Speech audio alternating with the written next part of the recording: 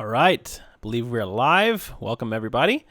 We're going to give this just a second to let a few people join in, and then we will start the show and talk about the just some fun chat about what the specs might be for the Nikon D850. So I'm going to take a sip of my water and let some people join in the chat room here. And as soon as more people join in, I'll tell you something really funny.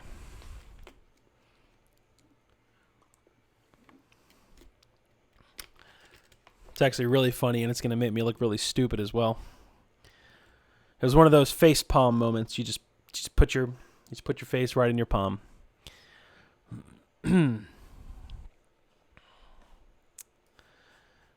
Right. So yeah, it's good news because now that the name has been confirmed for the Nikon D850. That tells me that the D850 is actually coming, which is great. So just this evening, the name for the Nikon D850 was confirmed that it's the D850 and not the D820. It was actually over on Nikon Rumors, who wrote the article, which I'm not affiliated with them in any way, but there's an article over there on Nikon Rumors if you want to check it out. They just basically said that it's confirmed it's the D850, and he wrote about it that, he's been back and forth on the name for a while, and all he said was the name. Of course, he didn't mention any specs or anything, but here's my take on it. So now that the name has been confirmed, that's good news because that means that there is an actual D850 in the works. It's already been produced, hopefully, and it's actually going to be released on their 100th anniversary.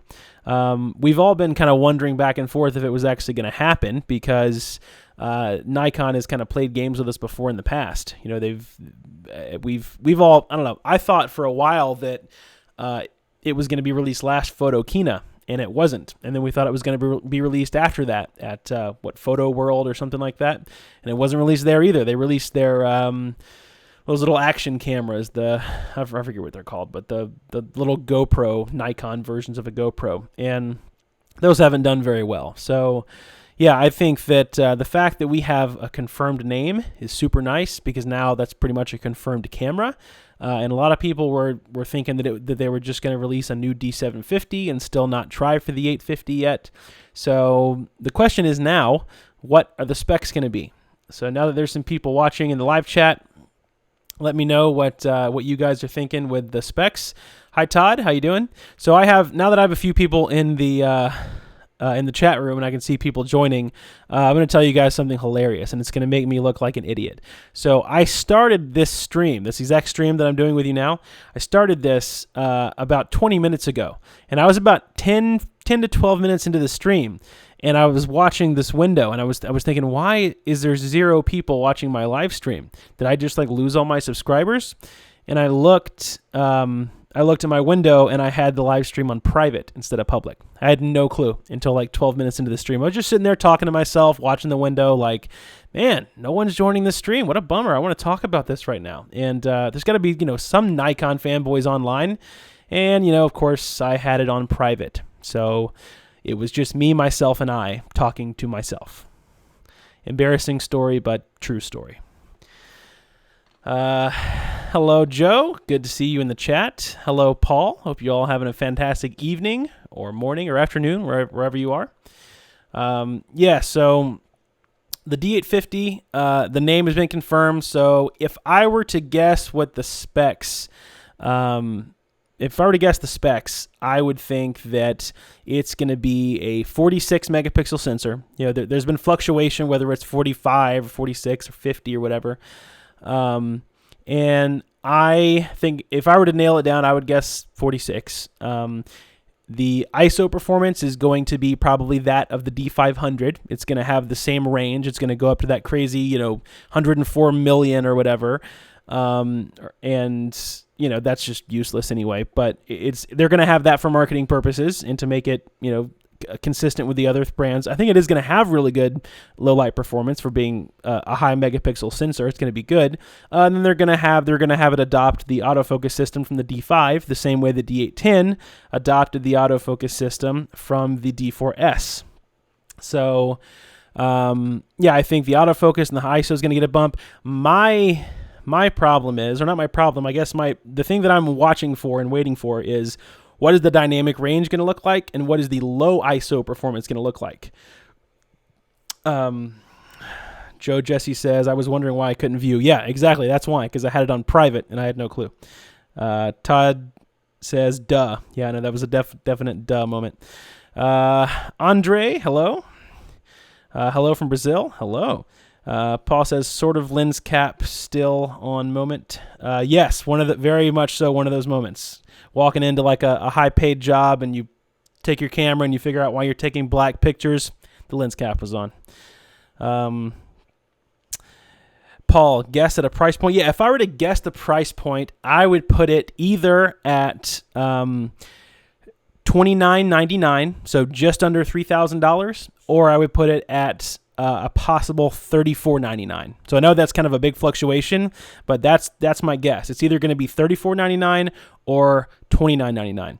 And Sony didn't help us out by setting the bar at $4,500.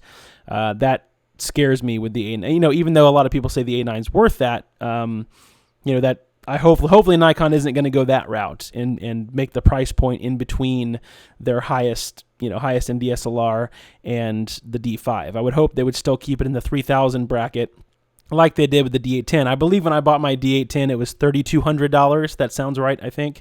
So, yeah, I think this go round they're either going to go 3,000 and make a lot of people really happy, or else they're going to go 3,500 and make a lot of people go, well, yeah, with the specs, that makes sense. So that's my guess, but I don't know. I would guess somewhere between 3,000 and 3,500. In that bracket would be my guess. Jose says 100 megapixel for the Nikon, you think? No, I don't think that. I don't think that they're going to go that route yet.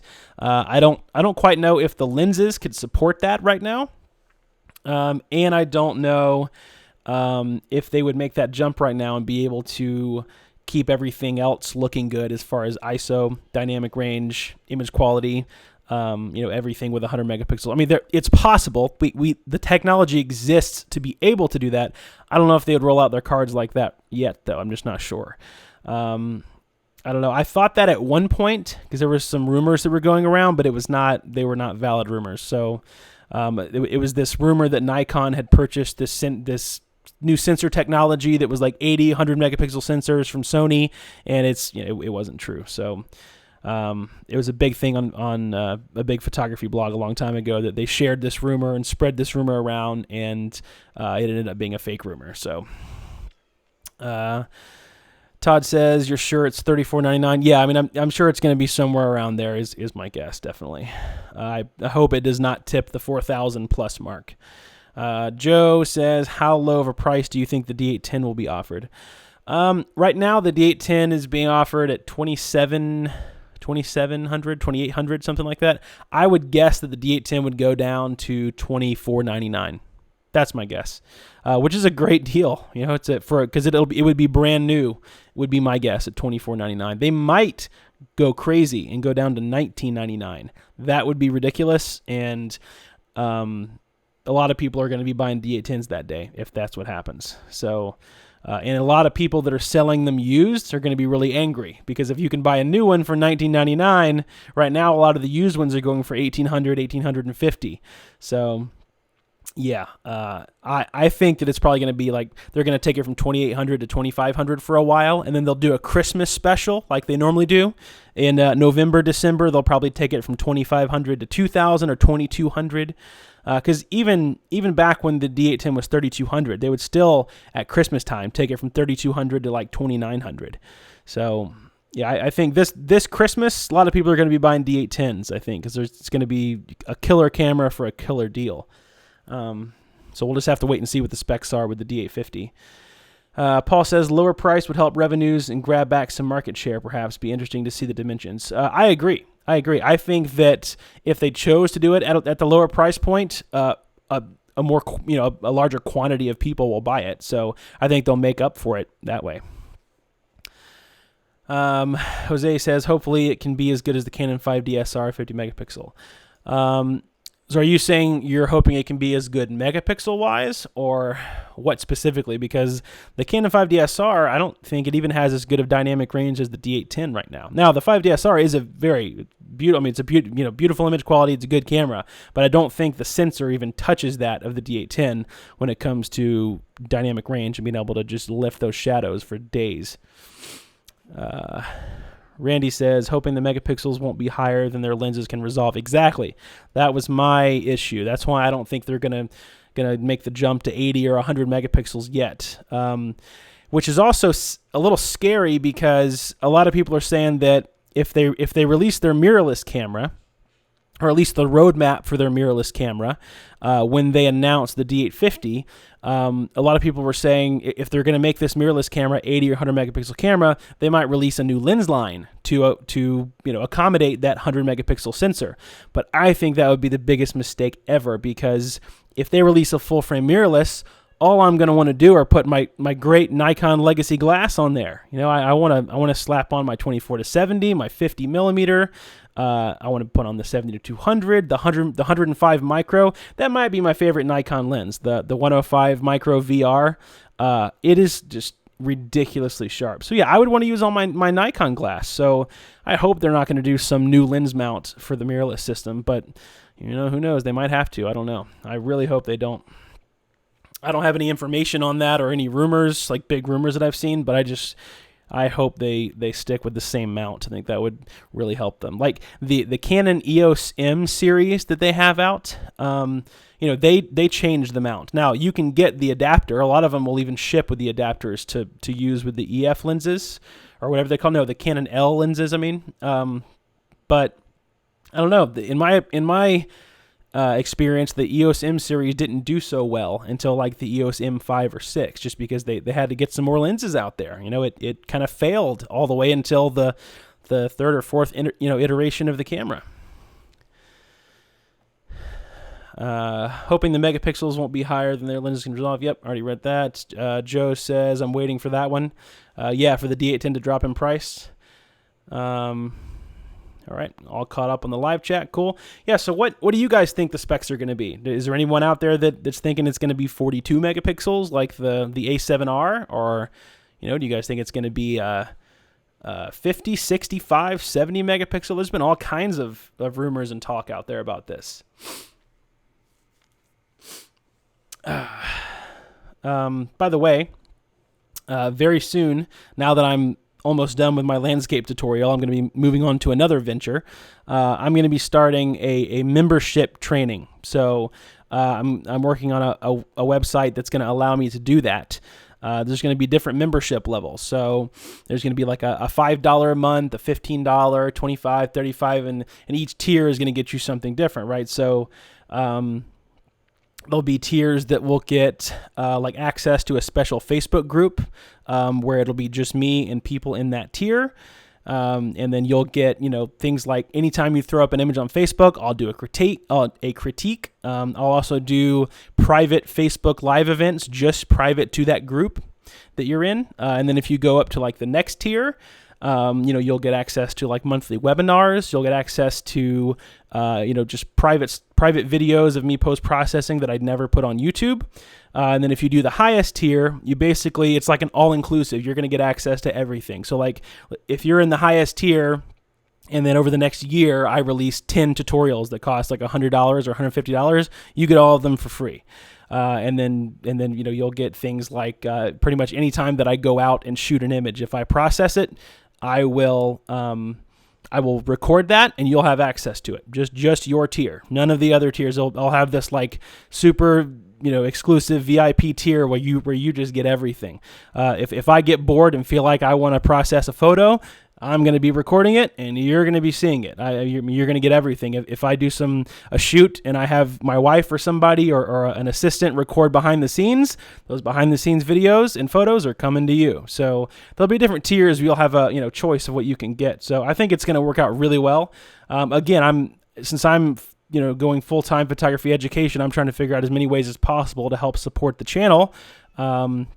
By the end of this year, because the end of this year is kind of like the mark in my head where I'm going to have no clients, and it's a little scary, but this is what I want to do. I see way more of a future here with you guys than I do, shooting what I've been shooting for years. So, I think it's going to be really fun. I love the Finding Middle Earth community of photographers that we've created. So I think it's going to be a really cool thing. Let's see. 42 or 46. Yep, I would agree, Joe. I think it's going to be somewhere in that 40, 42, 46, probably 46, so that they can beat the Sony A7R. I would think they would at least want to do that. Todd says, sounds like a good idea, Eric. I'm in. Sweet. Thanks, Todd. Joe says, great idea. Awesome. Randy, I will be concerned about how much slower Lightroom will get if the megapixels go beyond 46. Yeah, you know what? I'm concerned about how much slower Lightroom gets every day. Every time I open Lightroom, it seems like it gets slower and slower. So I pretty much just use Lightroom for cataloging. It is really, really good at cataloging. Just lost you in a buffer. Is the stream going all right? Everyone, was it just Joe that lost me? Or let me know if the stream is coming through loud and clear, or if I'm lagging or anything. Let me know in the live chat if everything is coming through okay for you guys. Because if it's messing up, I'll try to swap some settings around in this new software I'm using. So I'll just wait to see that in the live chat. But yeah, Lightroom is really good at cataloging and organizing my photos, and I've been using it for forever. So I'm going to continue using it because in my opinion, it's the best out there. Todd says yes. Okay, cool. So everything is coming through good. Good. Joe, let me know if you're still in a buffer or if you're good. All great in Sydney, Paul. Okay, great. Cool. Watching from Sydney.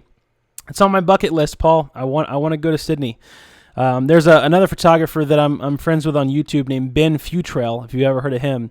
We're actually going to be doing a video collaboration together here pretty soon. He's from Sydney. I know he's from Australia. I don't know if it's Sydney or where, but he does landscape photography vlogs, so I'm actually going to be doing a collaboration with him soon. He's a super cool guy.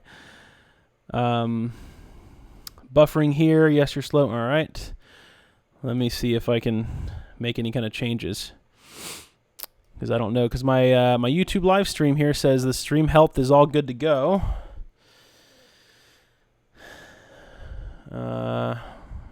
Give me 1 second to make some changes in the back end here.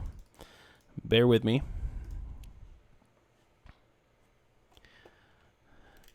I'm still here, by the way. You didn't lose me. I'm just making some changes and seeing if anything is good.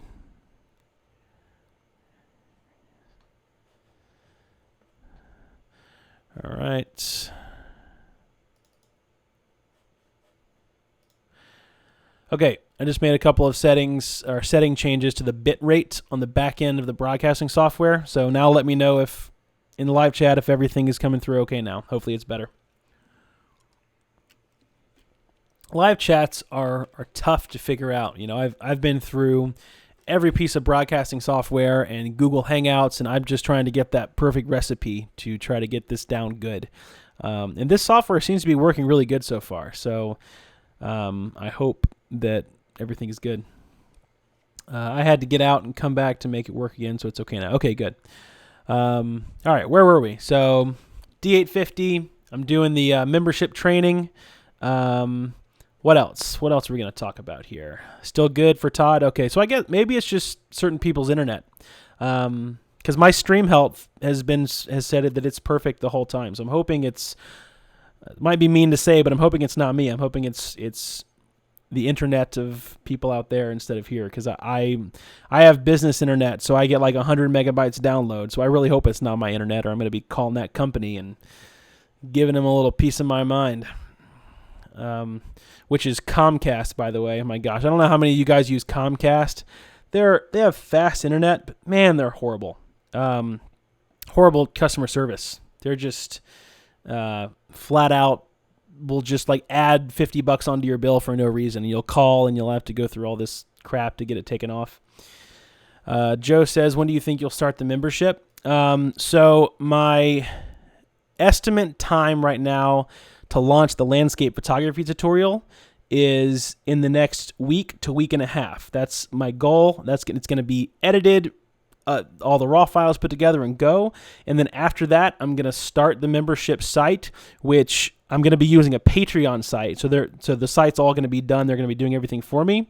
And then I'm just going to get some content ready to go for the membership. So let's say the membership will probably be up before the end of August. I would think probably mid-August. So, not too long. In the next few weeks, I will at least have it launched, and then we'll all kind of figure out what makes it better together.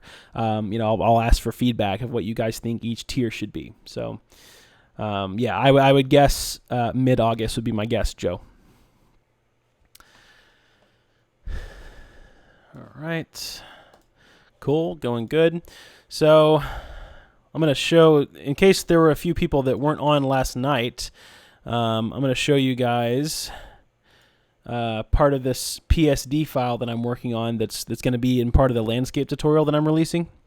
Let me check the live chat again before I do this. Joe says, cool. Jose says, Nikon better be good on low light and eye detection like the Sony full frame A7R2. Their autofocus on the D500 is extremely good in low light, so I can imagine that the autofocus would be good, and the ISO. Nikon full frame cameras have just good ISO capability in general. I would still feel comfortable shooting a wedding with a Nikon D3S. I owned one of those cameras, and I loved it. So I would think that Nikon is going to carry on with that. They're pretty good about making that happen with the low light ISO performance. I don't know so much about the face detection. We'll have to just wait and see if it's going to have any new, groundbreaking features in that department. We'll see. All right, let me show you this PSD that I have open here. Let me get to the right window. Let me flip this over. So I showed this the other night on my live stream. So this is one of the PSD files that you're going to get as part of the landscape tutorial. And this isn't finished yet. This is just simply blended. But this here is my little blend folder. So you can see I have a luminosity mask group for the highlights and a luminosity mask group for the shadows. So if I turn this off, there's my highlights recovered and good to go. So that's blown out, and that's the highlights recovered from the underexposed shot.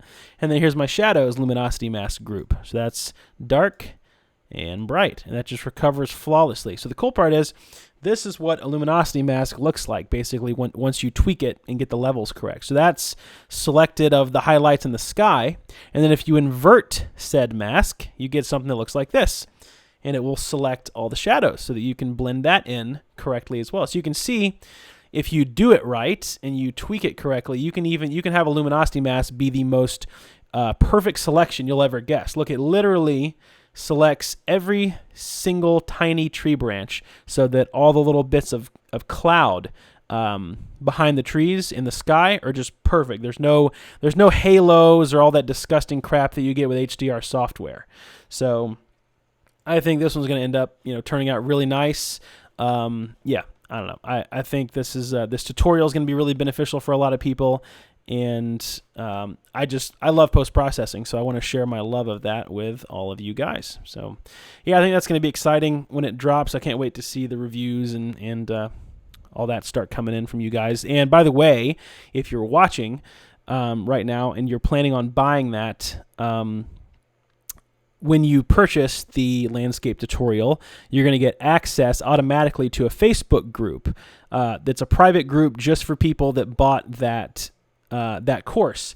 And what that will get you is basically support forever. So if you have a question about the tutorial, or you find something out about the tutorial that I didn't cover, and you're like, hey, wait, what about this? If you left this out, or what would happen if I did this to the photo? Then I will answer all of your questions in that Facebook group.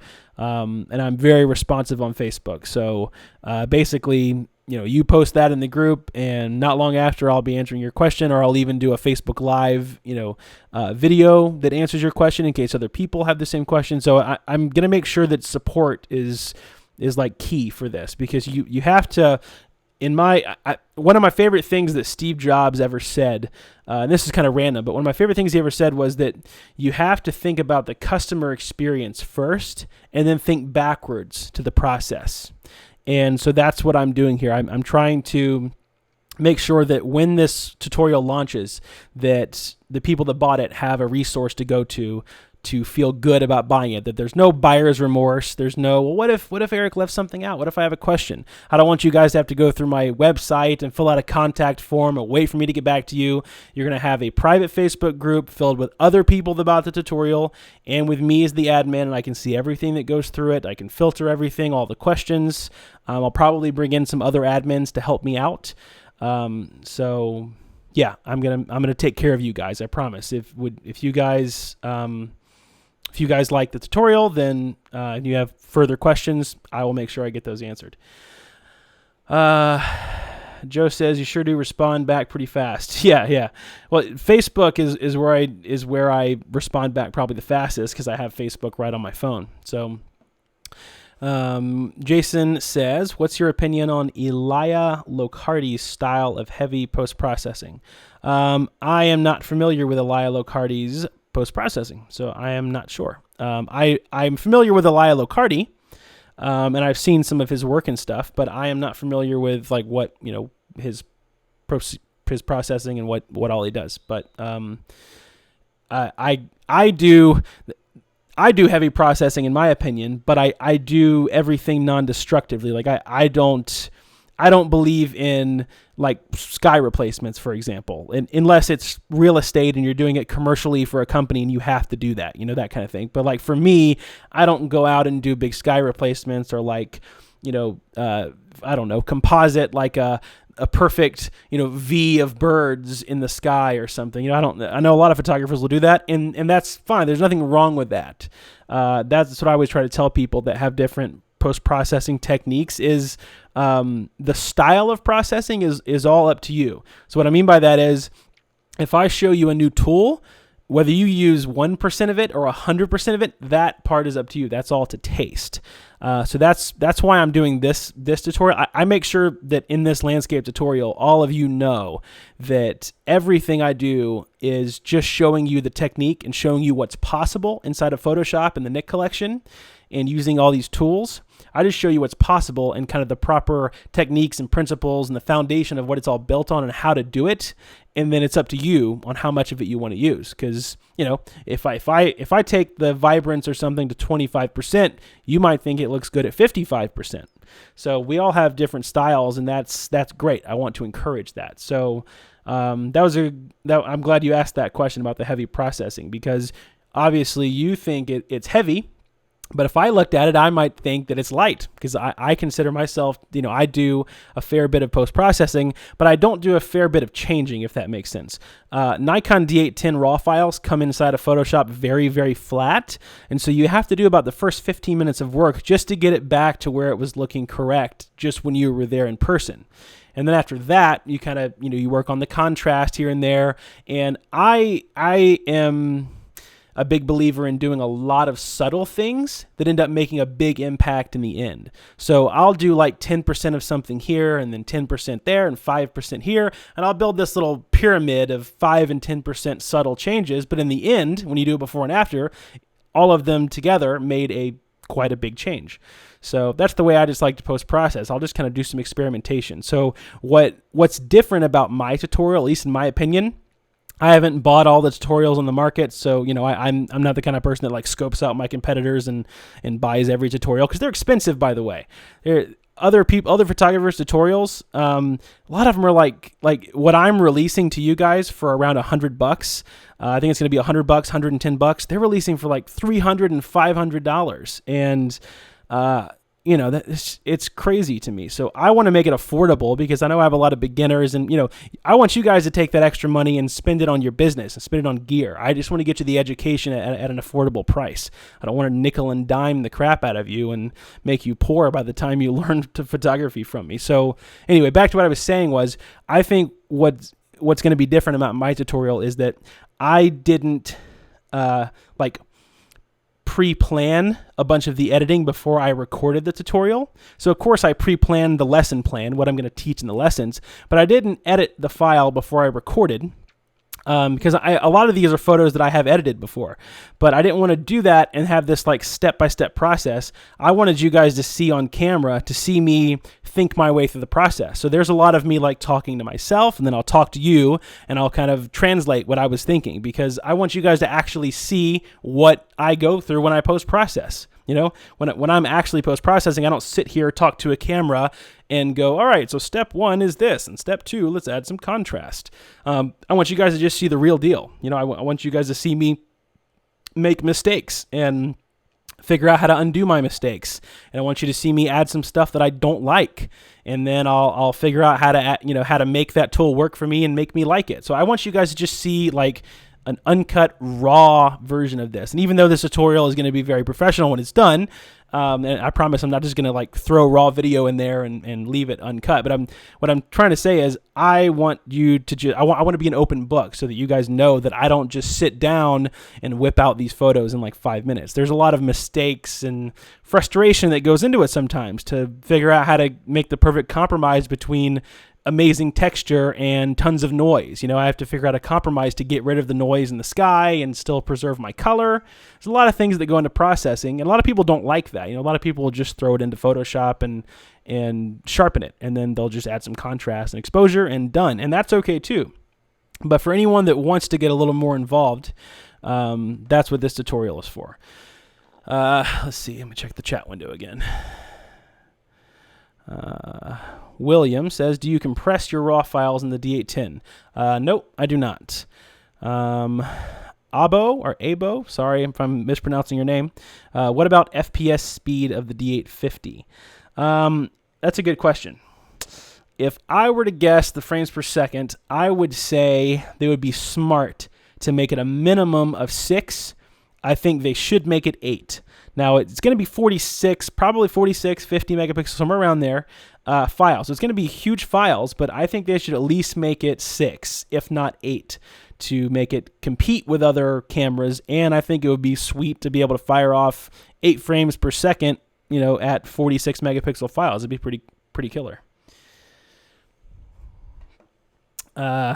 Joe says, have you thought about having a small class offering one-on-one training at your location?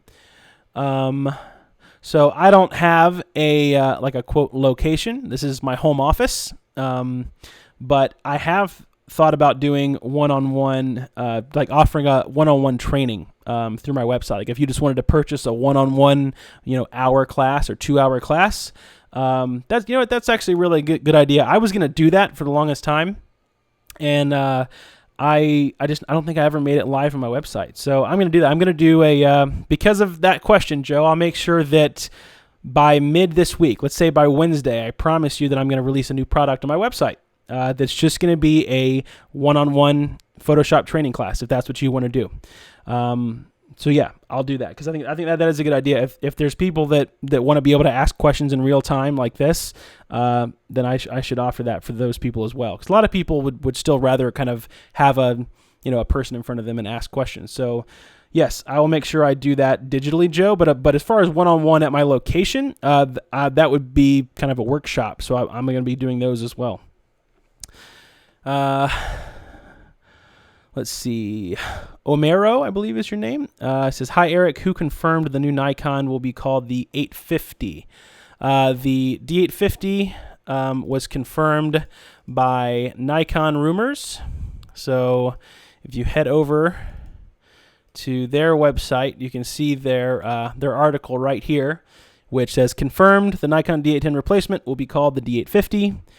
And then they go on to just say that that because they confirmed the D850, that's good news, because that means that there is a D850 and it is coming. So we can only assume it's going to be announced in 2 days on their anniversary, which I'm hoping it is. And I hope that it's not going to take long, or I hope it's going to take a little bit for the D810 prices to go down, because if I like the D850, I'm probably going to sell my D810 to put the money towards getting it. So I hope it takes a few weeks before the prices drop on the D810, or else I'm screwed. I'm going to get like nothing for that camera. I'm going to have to end up selling it for like $1,500 or something like that, which is going to be horrible. Even though I've gotten $3,200 of use out of that camera for sure, but I'll probably end up selling it for $1,500 if they take the price down to $2,000. You know, brand new. Kevin says, have you used Nissi filters? I found them to be very high quality. They're also made from shot glass like the Firecrest line. Yes, I have used Nissi filters. I have not used all of them. I haven't used their whole line, but I tried everyone's filters. I tried Hoya filters. I tried Nissi. Oh, there's another brand. I can't remember the name. Koken. I tried Koken filters and Lee filters. And all of them at extreme long exposures did give color cast. Now, Nissi left the least amount of color cast, but the least amount of color cast with retained image quality and less glare to the sun was the Firecrest filters. That's why I got these, is not just because of the color cast. These filters don't glare near as bad as any other filter. So if you're shooting like into the sun or with the sun trying to like, slip between the glass, these just don't glare as much. I haven't had a problem. And if you open the filter holder here, these little clips on the side are nothing more than to stop the light from coming in to the filter on the side of the filter. So your filters go in here, you can slip them to the top, and then you just clamp these over the sides like this, and it blocks out the sun. So the sun can't slip in between your filter and the lens. And then also the biggest thing I like about this filter, if I can find the little mechanism here, is the fact that the circular polarizer can clip on here, and there is a wheel here. Where is it at? Well, if I could find it, that would be nice. I think I might have... Oh, here it is. I'm going to take these off. So there's a wheel here that actually controls the circular polarizer. I think I had these clips on wrong because I put this over the wheel. So there's a wheel here, right here, if you can see it. And when you put the circular polarizer in here and then you put the filters on, you can actually just turn this wheel, and it turns the polarizer inside of here. Because a lot of people that have like Lee polarizers or whatever, they'll end up like, they'll have the big square one, they'll put it in the holder system, and they'll have to flip the whole filter holder system until the filter looks good. And then, hopefully at that point, the filter holder system is pointed in the right direction so that the filters can go in over it. But with this, you just put the circular polarizer clips in here, and then they have that little wheel. So you just twist the wheel, and the polarizer goes around inside the mechanism. So, and then these things are to clamp over the side to block the light out. So I found that this is the best for me, but Nissi filters are not bad at all. I mean, they're the next best in my opinion. Let's see. Today the D810 costs $2,400. Does it really? Oh my gosh, let me check that out. Was that on Amazon or something, or B&H? Because I just checked a couple of days ago, and it was $27.96 or something like that. Let me see, D810. Well, that tells me they're preparing for this launch then. Let's see. All right, on B&H Photo, it says $2,796. So maybe you saw that on Amazon or something, or eBay. Let's see. Joe says, how thick are Firecrest filters? Not that thick at all. Let me show you here. I have my medium soft edge grad here. I'm asking because I have the Lee 150 holder and wonder if the Firecrest will fit. I don't know exact specs. Let me see if I can get that for you. But I mean, if you want me to at least hold it up for you, that's what the filter looks like. And then it's pretty thin. It's not too thick. It's really good quality glass. If you do want to know the dimensions, you can probably go to formathightech.com, and I'm sure they have the actual millimeter dimensions on there, so you can see if it'll fit in the Lee system. Because, yeah, if you already have the Lee holder system, you might as well just roll with that and stick the Firecrest filters in there if that's what you want. Todd says Adorama. Really? So B&H has it for $2,800, and Adorama has it that much cheaper? What in the world? Normally B&H and Adorama compete with each other instantly. I guess a couple of B&H employees have not seen that yet. Let me check this out. I'm going to confirm this here. D810. still says $27.96 for some reason. Huh. Well, I'm not sure what's going on then. Are you guys? Is it like an international Adorama or something, or a used Adorama site? I'm not sure what you guys are seeing. Let me see this. Let me see if I can do this real quick so I can show you guys what I'm looking at. Let's see, Adorama.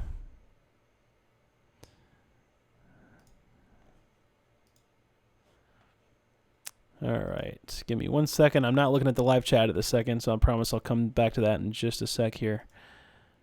All right, so let me show you guys what I'm looking at.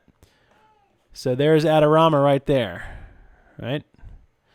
Nikon D810, $2,796. So I'm not sure. I don't know why it's showing $2,400 wherever you guys are looking. That's crazy. I don't know. Definitely something to look into because that is funky. Let me go back to my live chat window here.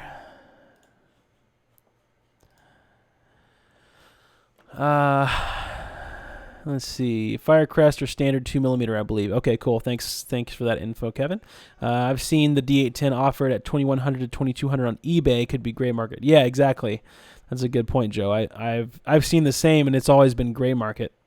Let's see. Now the D820 costs $2,200 in the Middle East. In the Middle East. Man, that's crazy. Well, Nikon's definitely preparing for something, right? They're going to be launching something soon, so I don't doubt it.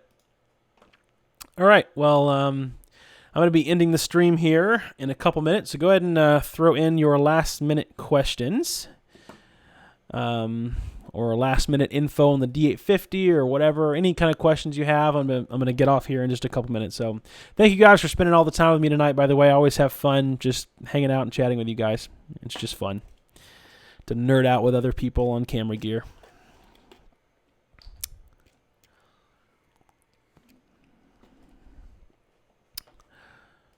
All right. Well, while I'm waiting for the... Thanks, Joe. I appreciate you being here. I'm glad to finally see you in the chat now, Joe. I like being able to chat with you that way. While we're sitting here, this is kind of random, but earlier I was looking at a kayak to get because I'm going to be moving soon, actually, in the neighborhood that I'm moving to. There's a lake, a big lake right outside the neighborhood, and I'm looking for a good kayak to get so that I can take my camera gear and go photograph on the lake and get a really nice vantage point of some wildlife. So this just a fun fact. This is one of the kayaks I'm looking at. And if you know anything about kayaks, I'd like your opinion. So if you guys know anything or anyone, there's a kayak expert in here, shoot me a message on Facebook or something. And I'd like to know your opinion. But there's this like super buoyant kayak that I'm looking at that, you know, I'm a pretty big guy. And if I'm going to be, you know, like leaning one way or the other with a camera, I want it to be a very stable kayak. So that's just a random thought, but I'm going to be doing some vlogs from a kayak here in the coming months. Kevin says, what's your opinion on weather resistance? Do you think the Fuji will offer a WR version of the 10-24? I'm not sure if they're going to offer a WR version of the 10-24, but I do think that their next wide-angle lens, which is supposed to be, what, an 8 to 11 millimeter or something like that? I forget what their roadmap said, but I do believe their next wide-angle lens will, and every lens from here on out will probably be weather resistant. And as far as my opinion on weather resistance, I think it's all mental, honestly. Of course, I feel better taking weather-resistant gear out in the rain because it's just a mental thing, right? But at the same time, I don't really know how good it's actually going to protect from an actual torrential downpour versus a non-weather-resistant lens. You know, they do have gaskets that protect it from getting in the camera and stuff, but I don't know. I don't really have a one-way opinion or the other. I always try to buy weather-resistant and weather-sealed stuff just because marketing tells us that it works better in the rain and the humidity. But I'll tell you what you actually need.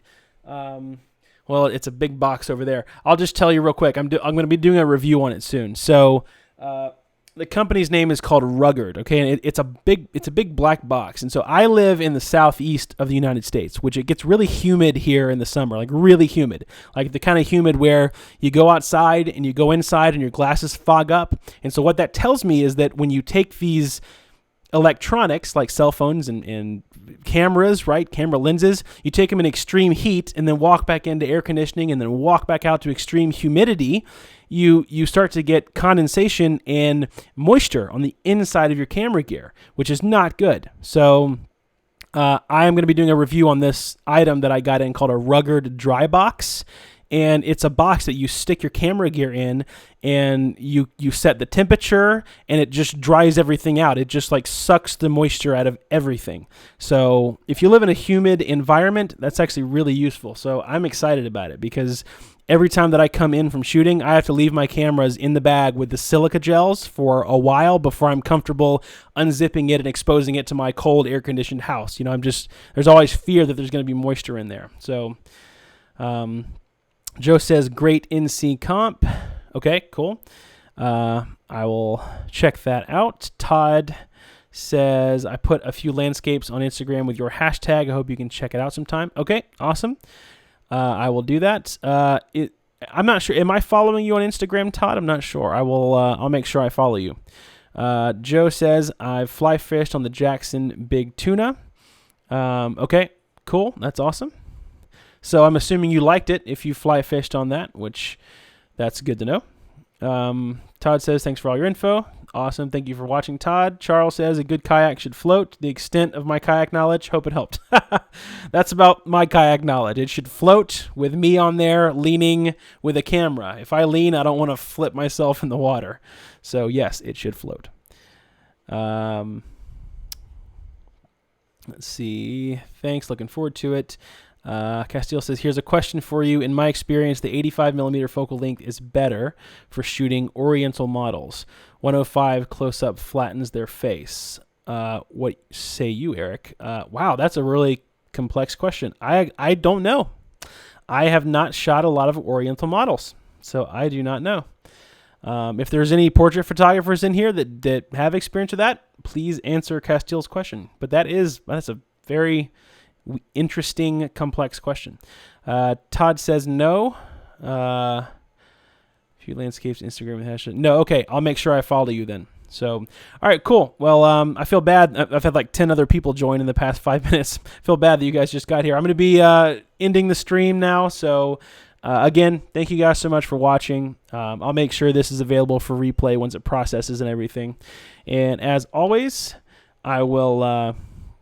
Joe says, ask Matt Granger. Oh, that's right. Yeah, he does shoot a lot of oriental models. He does a lot of that stuff. So anyway, I'm going to go ahead and end the live stream now. Thank you guys so much for watching.